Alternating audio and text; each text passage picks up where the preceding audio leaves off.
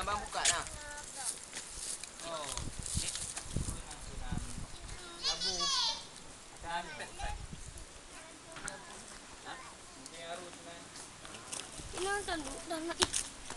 Pemirsa, inilah kawasan benteng Jepang yang ada di Pulau Sabang. Tempat wisata bagi pelancong-pelancong yang datang dari manca daerah. Inilah lokasinya. Di depan mata kita adalah benteng Jepang yang dulunya dipakai untuk pertahanan Indonesia dari penjajahan asing. Terbentang di depannya adalah laut yang sangat luas.